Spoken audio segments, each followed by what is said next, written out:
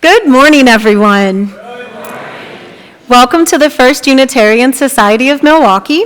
My name is Beth Monholland, and I am honored to serve as your worship associate today and to welcome you fully into this space. We welcome people of all genders, sexualities, ages, races, ethnicities, histories, and bodies here. We welcome your mind, your heart, and your spirit here. We welcome all that you bring with you today and all that your heart longs to let set down. We welcome all of you. We extend a special welcome to each guest among us. We invite guests to fill out a welcome card located in the pew rack in front of you and drop it in the offering plate later in the service. Guests may also pick up a welcome packet at the rear of the sanctuary, where you will also find hearing assist devices and braille hymnals. A fragrance-free area is located in the first few pews on the right side of the sanctuary. If you are a visiting family, including children or youth, after the time for all ages, which is noted in your order of service,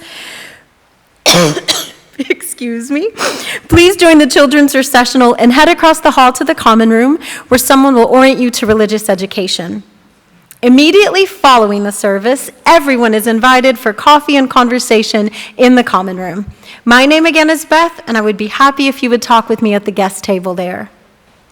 As a way to engage at First Church, I invite you to explore the announcements insert for the numerous opportunities available here. In particular, let me draw your attention to just a few this morning. Sign up for the Fall Journey to Membership class. Led by our ministers, staff, and lay leaders, this series explores Unitarian Universalist theology, history, and social justice frameworks, as well as your own spiritual journey. The class is required to become a member of this church, but folks who are just curious are also welcome to come. The fall class will be held on Saturday, September 21st, and the evening of Thursday, September 26th. Register online or at the member service table. Youth Climate Strike, Friday, September 20th. Youth are saying, "Our house is on fire, let's act like it." Support the Wisconsin Youth Climate Action Team fighting for their future by joining our Earth Justice Ministry for the 10 a.m. march from City Hall or the noon rally at Lake Park. Then, on Saturday, September 21st, join the Climate Strike Rally and March. Find our Earth Justice Ministry folks with the First Unitarian banner at the noon rally at the county courthouse or the 1 p.m. march on City Hall. Please find details about these and other events in your announcements insert.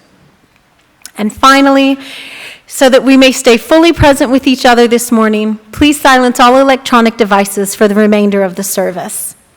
Once again, I welcome you to First Church and invite you to join me in the unison reading of our mission, which is printed in your order of service.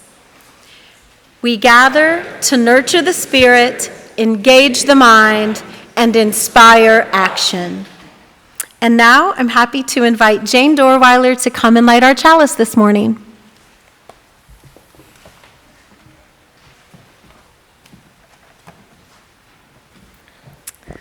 Our opening words are by Donna Folds, "Walk Slowly." It takes only a moment to breathe, a moment to be still, and just like that, something in me settles, softens, makes space for imperfection. The harsh voice of judgment drops to a whisper, and I remember again that life is not a relay race, that we will all cross that finish line, that waking up to life is what we were born for. As many times as I forget, catch myself charging forward without even knowing where I'm going, that many times I can make the choice again to stop, to breathe and be, and to walk slowly into the mystery.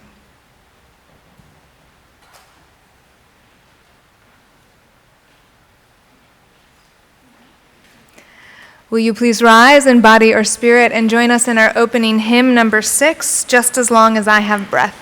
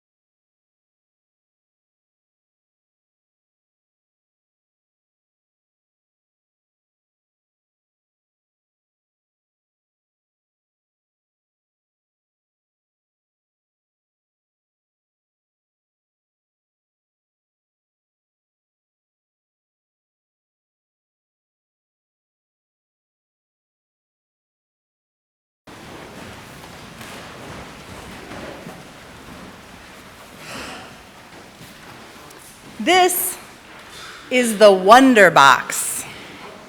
We call it the Wonder Box not only because it looks wonderful, but because when you look at this fabulous, shiny, decked-out box on every side, you wonder, what in the world could be inside of it?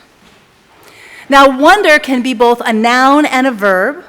As a noun, wonder is a feeling of expectation or surprise caused by something beautiful and unexpected, like the box. Do you have that feeling growing inside of you right now?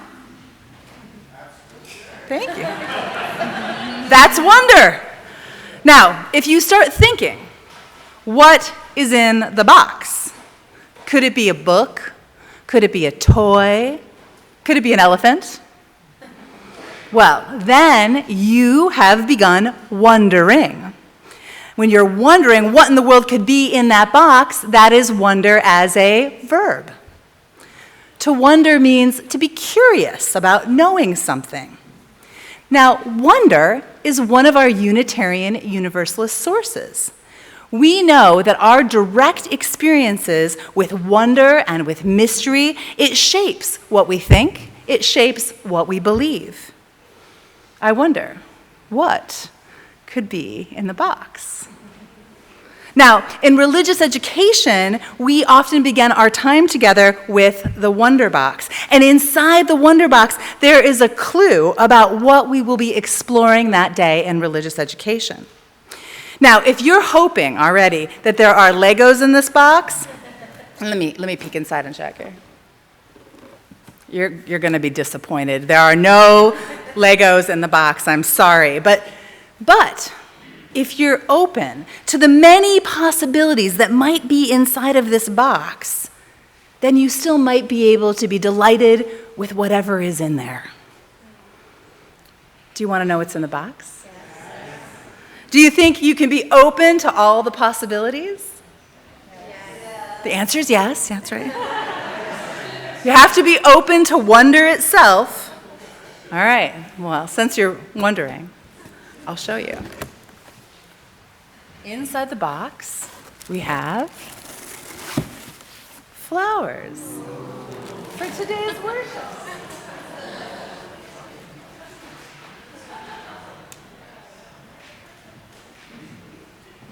Oops. Now, if you can please rise in body and spirit, we're going to sing hymn number 1020, Wo Ya Ya. We ask that the teachers and the assistants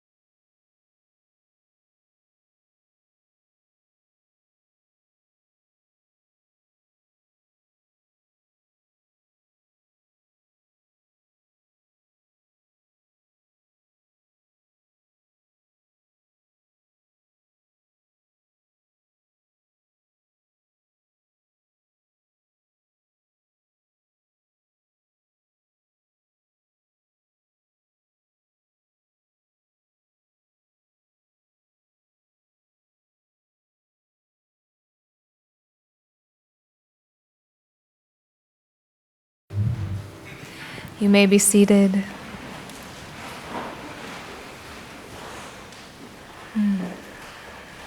I I'd like to invite you now for a time of contemplation, which will be followed by silence, followed by the seated singing of Spirit of Life.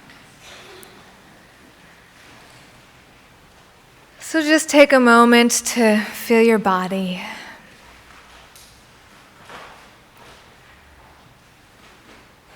May your sit bones and your feet ground you.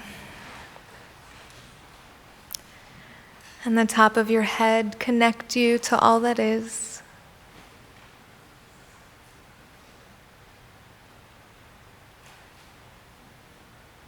And as your breath moves in and out, may you come into being here and now.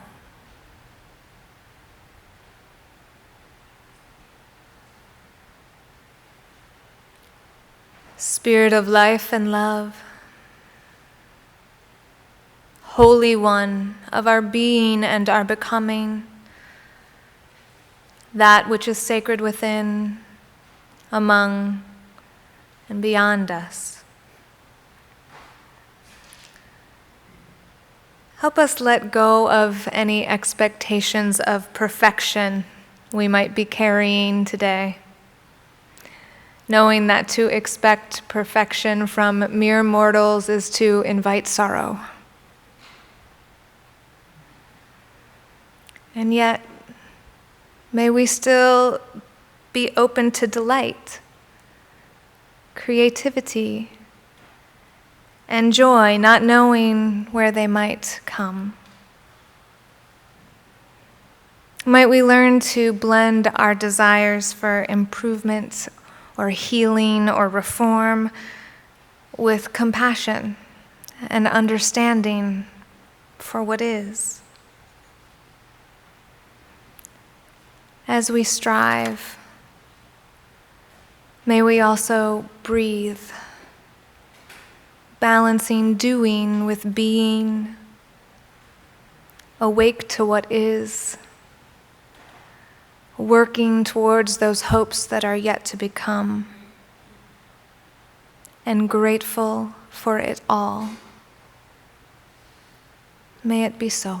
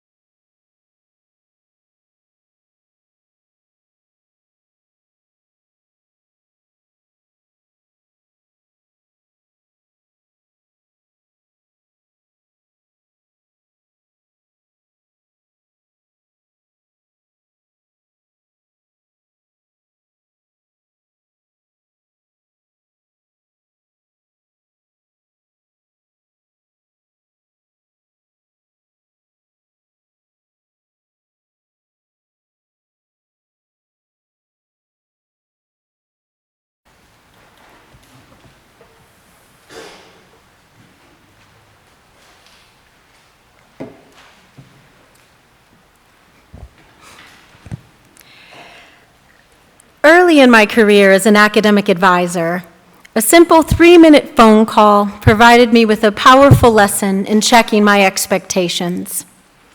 It was about 13 or 14 years ago in late April, one of the busiest times of year in my office.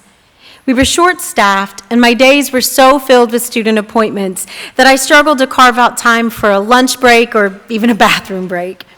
The days felt like an endless marathon of meetings.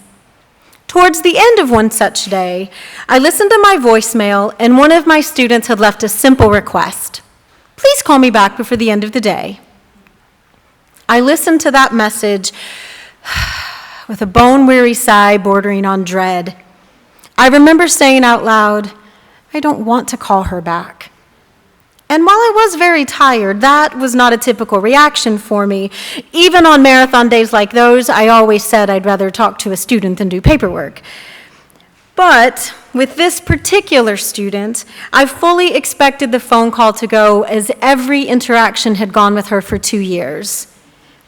A series of complaints, fuming about a classmate, railing about a group project, disputing something with a teacher, demanding that somebody, usually me, do something to fix the latest problem. I sat staring at my phone, resenting that I would end my day with such negativity. But since I didn't want to start the next day on that kind of note, I took a deep breath and called her back. Thank you for calling, she said. I've been working on my senior portfolio. I reviewed papers and projects, reread feedback from instructors and peers, and reflected on how much I've learned.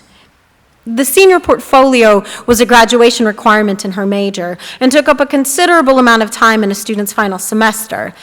I braced myself for the complaint I felt sure was coming about this project. She continued, I finished writing my self-assessment, and I'm amazed at how much I've grown. Looking back on the past 2 years, I know I've been difficult, but I realized that I wanted this time around in college to be perfect, and I kind of freaked out when it wasn't. Now that I'm at the end, I wish I would have taken more time to enjoy it. But, she said, and I knew there was a but coming, you've really helped. You've been a really good advisor for me, and I just wanted to say thank you for your guidance and your patience. I was literally stunned. That was not the but that I was expecting. So I stammered some kind of acknowledgement, told her I'd see her at graduation, hung up the phone, and cried. I cried because I was ashamed at how much I had dreaded that call, ashamed to realize that I had essentially given up hope for her, ashamed that I had forgotten that I do believe people can grow. And I cried at how moved I was that she took the time to acknowledge her fears and to thank me for a patience I hadn't always felt. I think about that phone call all the time. I think about how she almost missed getting to that moment because she kept expecting perfection, and I think about how I almost missed it by expecting the worst.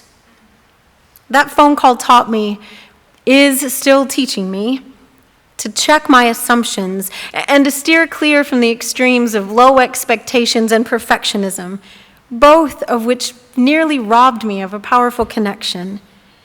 When I'm tired and stressed and tempted to give up on some situation, or person or myself, that isn't going how I want, I remember those 3 minutes in time, and it reminds me that the little moments matter the most. And it's those little moments that I don't want to miss.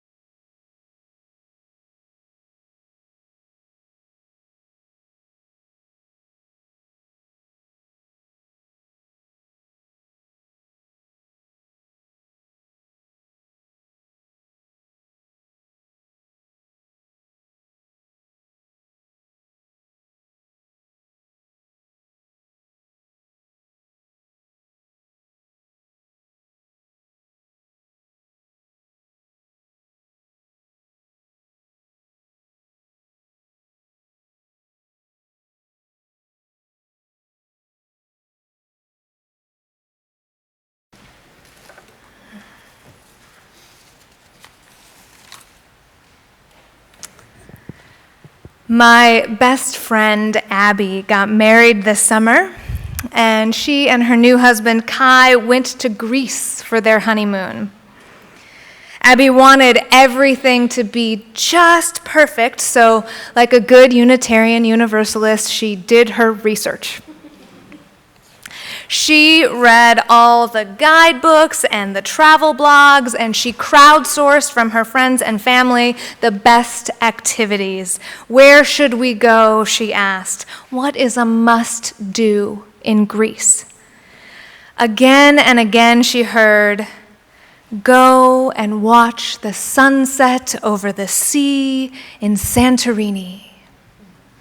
Every guidebook, every travel blog, and all her friends who had been to Greece said that it's a once-in-a-lifetime experience, the best, most picturesque and perfect part of their trip to Greece, not to be missed. So Abby put it at the very top of their to-do list.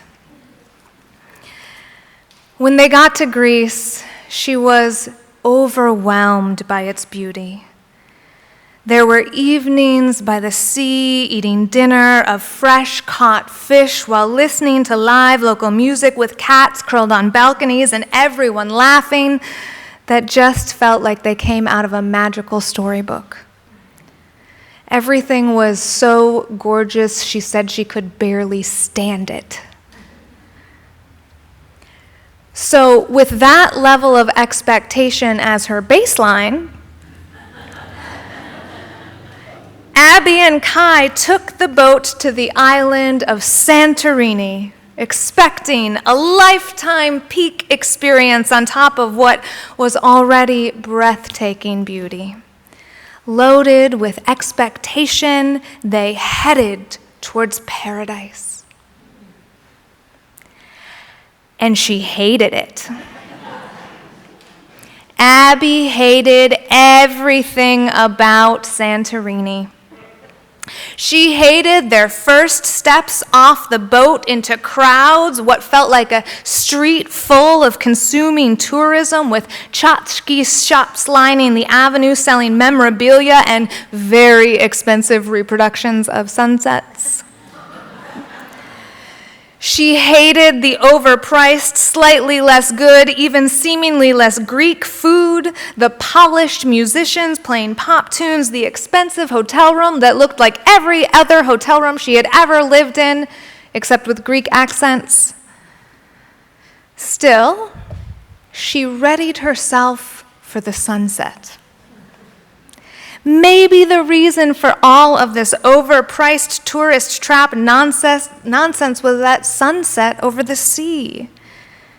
Maybe she just had to find the right restaurant, the right night, the right combination of all the right things in order to get that peak, perfect experience she'd been expecting. So she pored over the literature again, searching for the perfect piece of fresh fish, the perfect combination of sea and dipping sun and tinkling music that would give her that little slice of heaven everyone else had been served in Santorini.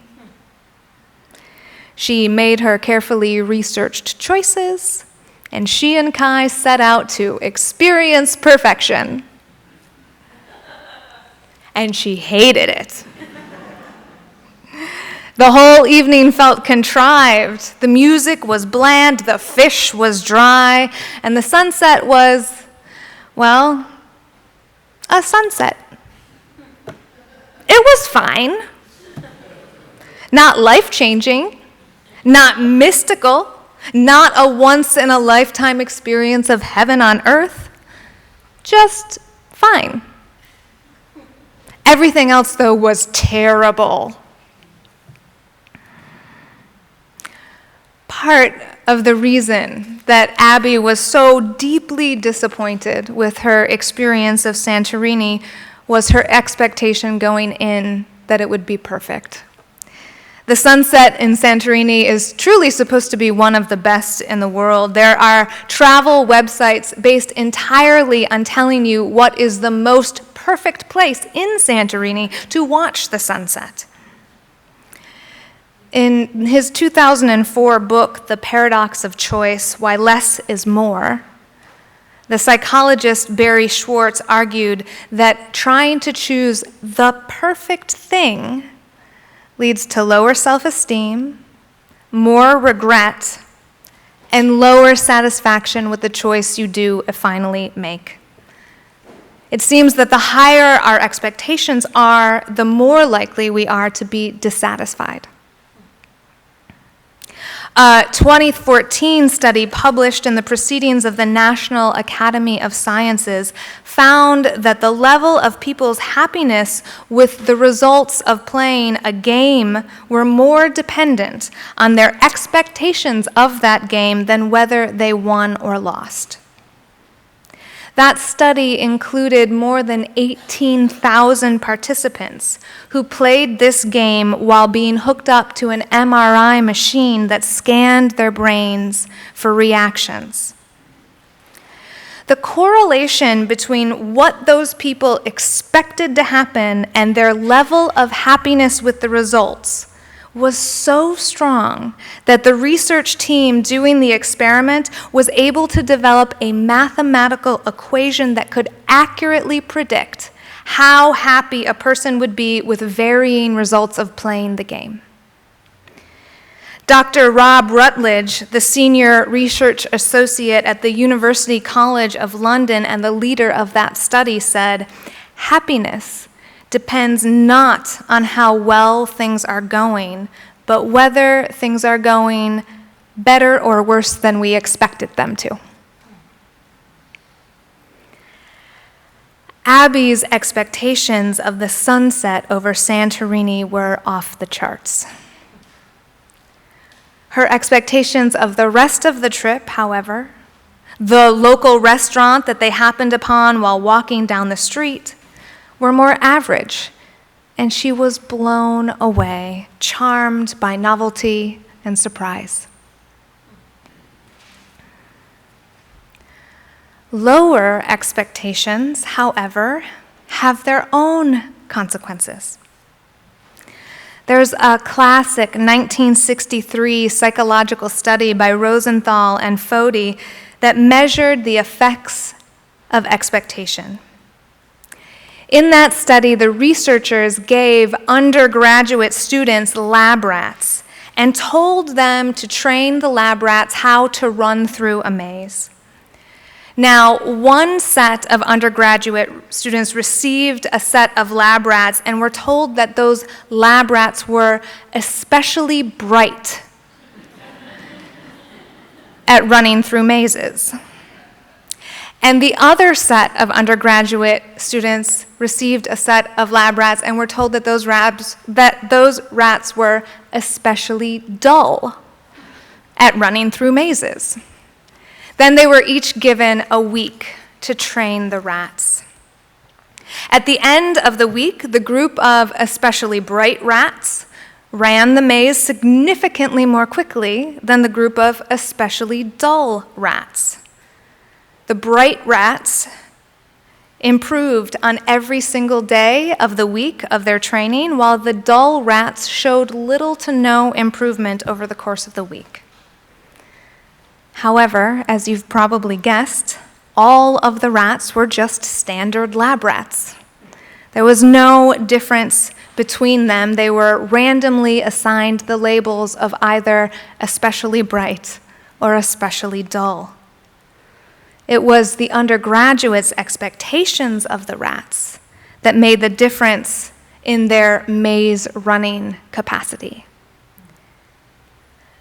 This effect, where expectations have concrete effects on behavior, has been labeled the Rosenthal effect.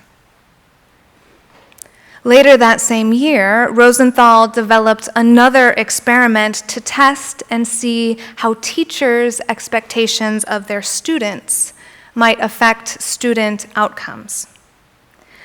The researchers assigned a random list of students a label of ready to bloom, and then told their teachers at the beginning of the year that they were likely to enter into a year of high academic achievement. They gave all of the students in the class an IQ test at the beginning of the school year and again at the end of the school year. And the students that had been randomly selected to receive that Ready to Bloom label had significantly more improved IQs at the end of the school year than the students not on that list. The teacher's expectations had an effect on student improvement. More recent studies have showed how the same kind of effect, when tied with teachers' expectations around race, gender, and class, also have an effect on student achievement. It's called stereotype threat. So, while lower expectations lead to more happiness and probably more compassion, higher expectations lead to improvement. We're left in a competition between differing values.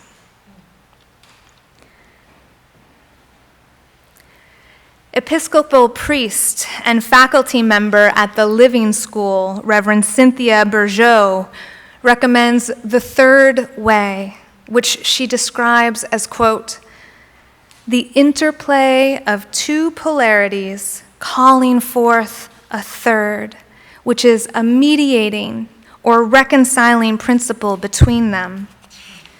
In contrast to a binary system in which stability rests on the balance of opposites, the ternary system stipulates a third force that emerges as a necessary mediation of these opposites, and that in turn generates a synthesis at a whole new level. It is a dialectic whose resolution simultaneously creates a new realm of possibility. According to Bourgeot, the third way is not quite a triad of thesis, antithesis, synthesis, because the third force is an equal player and not just a combination of the two oppositional energies. That third force is a creative, it's a generative force. It makes something new.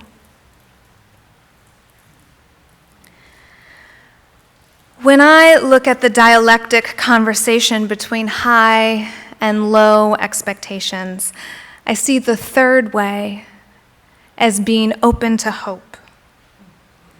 Rather than abandoning all planning, heaven forbid, I won't do that, friends. One might do some research, work, and planning, and also have space for flow and change and surprise. In the book Messy, The Power of Disorder to Transform Our Lives, Tim Harford tells the story of David Bowie's musical recreation. In 1976, David Bowie was struggling with an identity crisis and addiction and writer's block. He moved to Berlin with Iggy Pop and invited a number of people to come and join him and try to make a new sound. One of those people was the keyboard player Brian Eno, and Eno brought with him a deck of cards that he called Oblique Strategies. Anytime the team got stuck in their music making, Eno would draw a card from the deck at random and tell the team to follow its extremely weird instructions. Instructions like, be the first not to do what has never been done before. Other cards included twist the spine, and emphasize the flaws, and change instrument roles. This last one resulted in a track on which the world-renowned guitarist Carlos Alomar was told to play the drums instead. Predictably, the musicians hated it. They hated the oblique strategy. The violinist from Simon House said that their recording sessions often sounded terrible. And yet, in the course of their years there, they created some of the most critically acclaimed albums of the 1970s. Bowie's Low and Heroes, and Iggy Pop's The Idiot and Lust for Life. It was the combination of mastery and novelty, long work and sudden surprise that made the new sound. Rather than these two things being in dialectical opposition, these forces were able to create something new and beautiful. The complexity of expectation is that it will affect our experience and the experience of the people around us. To blend the improvement effects of high expectations and the happiness effects of low expectations, we might shift to open expectations, a more complex sense of expectancy, something along the lines of, I don't know what's going to happen now, but I'm open to wonder and awe, and I hope to be moved and transformed by my experience. The third way comes from more than just a synthesis of opposing forces. It comes from a third element. In addition to the power of planning and the openness of hope, we might add deliberate gratitude. This morning, while I was preparing for this service, I watched the sun rise over our lake. It was an everyday affair, not once in a lifetime, but a shadow mist of pink appeared in the south corner of my window and then wandered through pale periwinkle clouds to end up blushing the north. It was speckled with wisps of white, and then it slowly faded into rolling lavender. And in my state of planning, I witnessed the surprise and wonder of unfolding life. And I felt incredibly grateful to be alive today.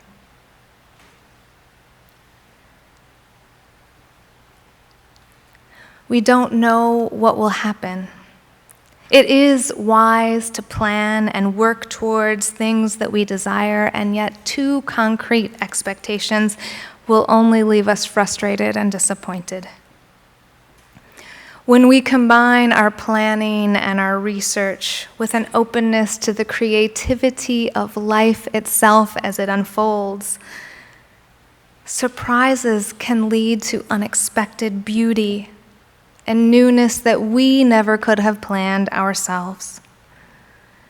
Newness like getting to eat a fresh fish dinner by the sea, or getting to listen to David Bowie's Low, or getting to witness the sunrise beauty that is life upon us. When the surprises come, we might mix in our third practice, gratitude for all that is. May it be so.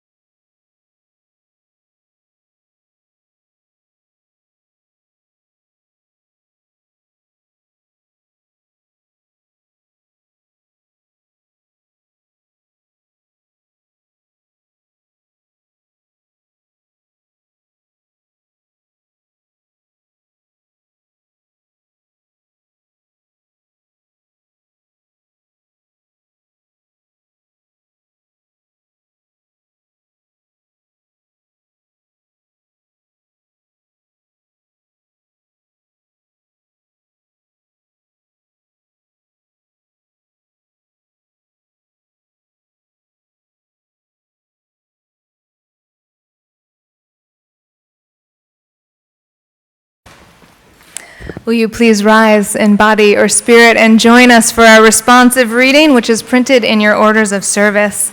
This reading has been adapted from Alice Walker's Expect Nothing. I'll begin. Expect nothing.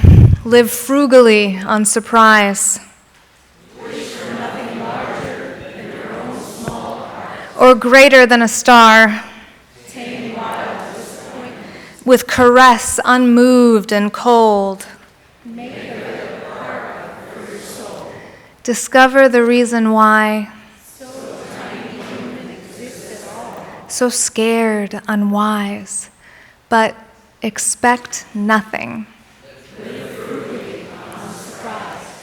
And will you join us in singing our closing hymn, number 128?